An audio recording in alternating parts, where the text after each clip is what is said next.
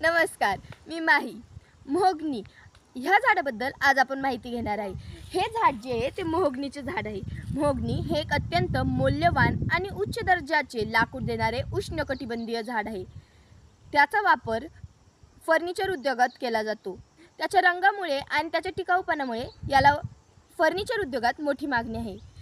Mahogany या झाडामध्ये पाणी कुजण्यास प्रतिकूल असल्याने त्याचा बोटी बांधणीत आणि गिटार, ड्रम बनवण्यात उपयोग होतो.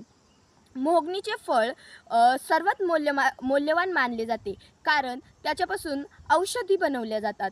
मोहगनीच्या फळाला सहसा मराठीत आकाशी फळ किंवा मोहगनीचं बोंड असे म्हणतात.